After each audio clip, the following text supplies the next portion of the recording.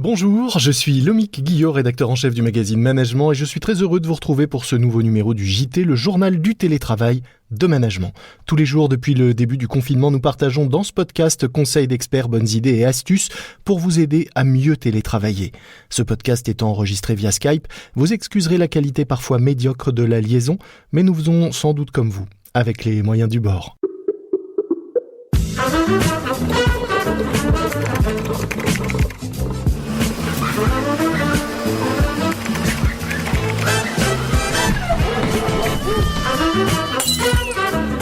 C'est le journal du télétravail.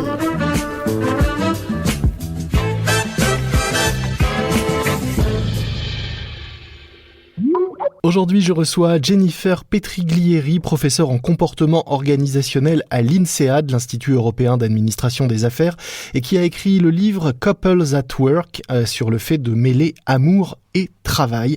Elle est donc particulièrement bien placée pour nous donner son éclairage sur la cohabitation inédite que vivent beaucoup de couples qui se retrouvent à télétravailler ensemble à domicile. Bonjour Jennifer. Bonjour.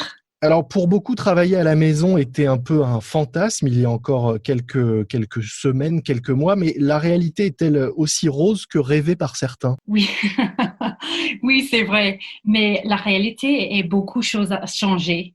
Même si on a rêvé de travailler à la maison, c'est pas exactement comme les rêves. Et même si vous avez déjà 2 carrières auparavant, même si comme moi et mon mari, vous travaillez dans la même organisation, beaucoup de changements, beaucoup, et fait que vous vous adaptiez tous les deux au travail à domicile, pas seulement 1 ou 2 jours par semaine, par exemple. Vous êtes ensemble tout le temps et peut-être que les enfants sont aussi là. Bref, c'est un monde totalement différent pour tous les gens. Et ce que j'ai remarqué, c'est que les petits problèmes dans un couple que nous pouvions ignorer lorsque nous passions, 8, 10 heures par jour au bureau, deviennent désormais impossibles à ignorer et sont même amplifiés. Les différences de pouvoir et les inégalités dans un couple deviennent beaucoup plus frustrantes et ça cause des problèmes pour les couples ensemble. Je vous donne un petit exemple.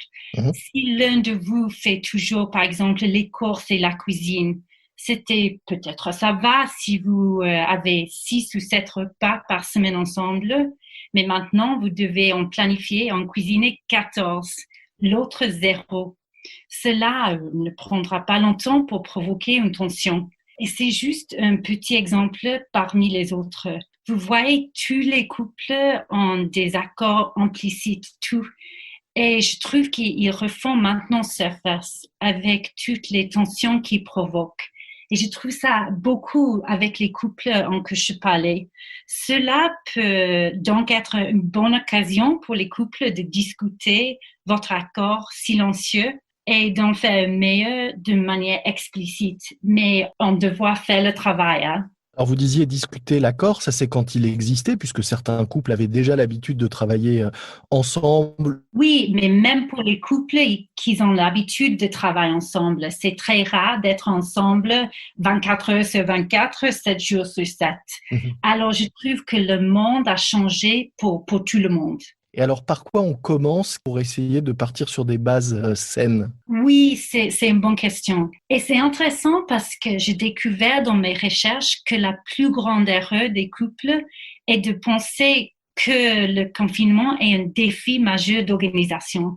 Ils parlent de l'aspect pratique, la routine, les choses comme ça. Et oui, c'est clair, l'organisation, c'est important, mais ce n'est pas ce qui peut permettre au couple de traverser la crise tout en gardant leur carrière et leurs relations intactes. Alors, c'est quoi ? C'est quoi? Oui, ça c'est la grande question. J'ai trouvé que c'est vraiment important de penser avant de discuter, par exemple, les priorités communes, parce qu'ils ont vraiment changé. Et aussi les enquêtes. Qu'est-ce que les choses qu'on enquête maintenant et qu'est-ce qu'on doit faire pour améliorer la situation? Si les couples discutent les choses comme ça en première, après ça, ils peuvent penser à s'organiser pratiquement. Alors vous, dans votre cas, par exemple, qu'est-ce que ça a donné puisque vous aviez déjà l'habitude de pratiquer un télétravail alterné? Là, Pour qu'est-ce nous, que c'est vous un avez grand changement. Oui, pour nous, c'est un grand changement parce que nos 2 enfants, ils sont dans la maison avec nous. Et nous avons une fille en CM2 et un garçon en 6e. Alors, il y a beaucoup de travail, beaucoup de devoirs à la maison à faire. Alors, pour nous, c'est une question, comment est-ce qu'on peut diviser les journées, hein? Moi, je travaille le matin, mon mari les après-midi, comment on s'organise avec les enfants, comment assurer qu'on a le temps de faire nos travails, mais aussi on a le temps d'être avec les enfants, aider-leur avec le devoir, etc. Alors, c'est un grand changement pour nous. Est-ce que travailler dans le même secteur pour la même entreprise, c'est plus simple à votre avis? Ou est-ce que ça ne change rien finalement si on travaille dans des entreprises, des secteurs, des domaines très différents? Ça dépend. Pour quelques-uns, c'est plus facile parce qu'on comprend exactement ce que l'autre fasse dans le travail. Mais en même temps, on a l'impression, imagine un couple qui tous les deux travaillent dans un hôpital. C'est hyper difficile pour eux maintenant. Pour les autres, c'est peut-être un plus facile. C'est vraiment dépense de le couple. Et si l'un télétravaille et l'autre pas, est-ce que c'est une solution qui est gérable à votre avis? Peut-être, mais ça dépend des autres aspects de vie. S'il y a les enfants dans la maison, ça va être très dur pour le partenaire qui est à la maison toute seule avec les enfants. Alors, c'est pas nécessairement la meilleure chose. Et si deux personnes travaillent pour des entreprises concurrentes? C'est difficile parce qu'il y a un risque qu'on devient collègue, hein? Et dans une certaine manière, nous le sommes parce que nous partageons un espace de travail 24/24, 7 sur 7. Mais il est important de se rappeler que nous sommes toujours aussi les partenaires et les parents. Et je pense qu'il y a un risque quand on vient d'être juste collègue. Et ça, c'est pas une bonne chose pour la relation entre un couple. Comment on évite de tomber là-dedans? C'est vraiment une question de divider le jour. Les limites sont très extrêmement importantes en confinement. Et je pense que le temps et l'espace, les limites sur le temps et l'espace sont essentielles. Parce que quand on savoir que nous avons un espace et un temps consacré, par exemple, pour travail, ça réduit l'incertitude et fait diminuer notre stress.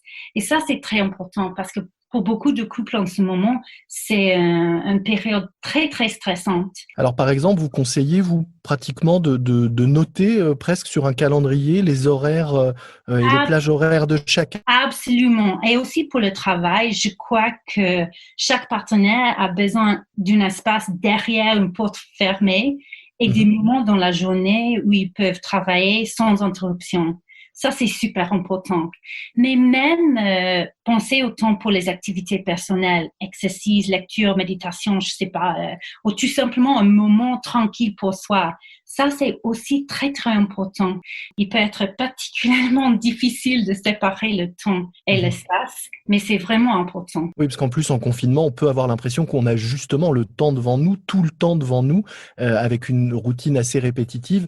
Vous dites qu'il faut vraiment bien cadrer, se garder bien des espaces pour chaque activité, des espaces à la fois temporels et physiques. C'est important parce que quand on voit la recherche sur les personnes qui travaillent à domicile, montre le plus grand danger est le burn-out. Pourquoi? Parce que quand on a toujours le travail à nos côtés, c'est facile de se retrouver débordé et de ne pas prendre le temps libre. Alors, pour avoir le temps pour travailler, le temps pour faire l'exercice, le temps pour être avec les enfants, c'est très, très important. Qu'est-ce que vous pensez qu'il va ressortir de cette crise que nous traversons? Est-ce que le télétravail et le fait de travailler et de mêler la vie de famille, la vie de couple et le travail va devenir une habitude? Ou est-ce qu'au contraire, il risque pas d'y avoir un rejet de tout ça comme étant le symbole de cette crise qu'on traverse? Oui, c'est une bonne question. Et honnêtement, je sais pas.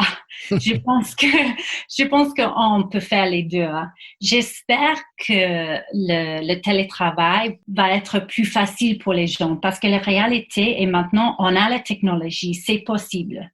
Mais je pense que c'est rare que les personnes veulent faire le télétravail 24 sur 24, 7 jours sur 7. Ça, c'est pas la bonne chose. Mais d'avoir plus de télétravail dans notre vie quotidienne, c'est une bonne chose. Je pense que c'est aussi une opportunité pour les familles d'arrêter les divisions très strictes entre travail et famille. c'est une bonne chose que nos enfants comprennent notre travail, qu'ils comprennent ce qu'on fait. Et ça, c'est une bonne chose, je pense. Et est-ce que votre bureau vous manque? On a vu un sondage cette semaine qui disait que 76% des salariés en télétravail commençaient à ressentir une forme de nostalgie de leur bureau. Est-ce que vous diriez que le vôtre commence aussi à vous manquer, ou est-ce que vous vous êtes déjà faite à cette vie en confinement? Ce qui manque, c'est pas le bureau, c'est les relations avec les collègues. Et c'est difficile en télétravail de vraiment avoir les relations très bien avec les collègues. Oui, on parle, mais c'est pas la même chose. Quand on parle, c'est vraiment fonctionnel et pas les conversations quotidiennes, comment ça va, ça, les choses comme ça. C'est vraiment plus tout le temps, c'est le travail. Et ça, c'est pas une bonne chose.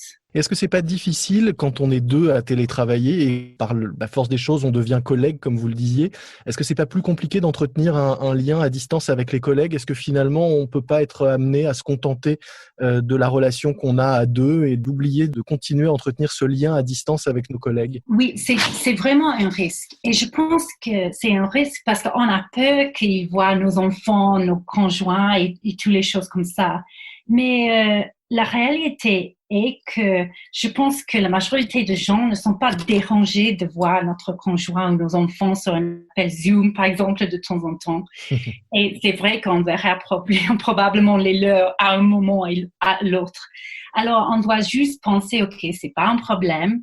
Mais je pense que on doit aussi être sensible aux personnes qui pourraient être toutes seules à leur maison. Ça, c'est un problème pour beaucoup de collègues ils ont toutes seules, ils ont personne pour parler avec.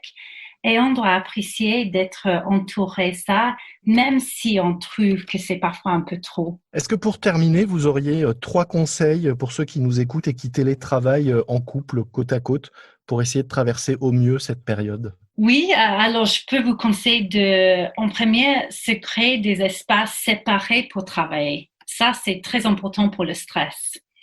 Le deuxième, c'est peut-être bannir ordinateur et portable pendant les repas pour pas avoir le burn-out.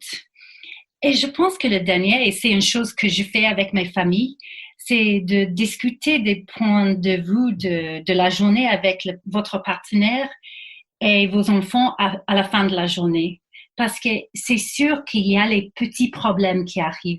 Mais si on discute, on peut les améliorer. Un débrief de fin de journée, comme on peut faire avec ses collègues, le faire là, en famille. Exactement. Mais écoutez, merci beaucoup. De rien. On mettra dans les notes de cet épisode le lien vers le billet LinkedIn que vous avez publié, qui reprend beaucoup de thèmes de cette conversation et également de ceux que vous abordez dans votre ouvrage, et toutes ces réflexions autour donc du télétravail, du travail en couple et du confinement. Ok, merci beaucoup.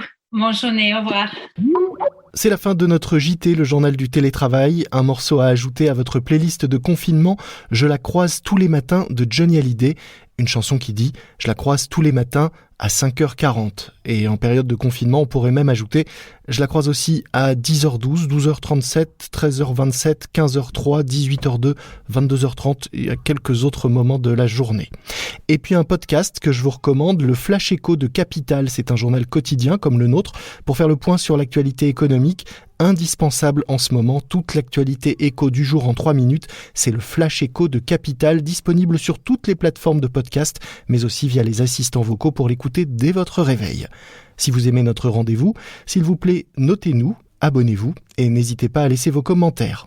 Je vous dis à lundi, soyez prudents, respectez les consignes et les gestes barrières, restez chez vous, portez-vous bien et bon télétravail à tous.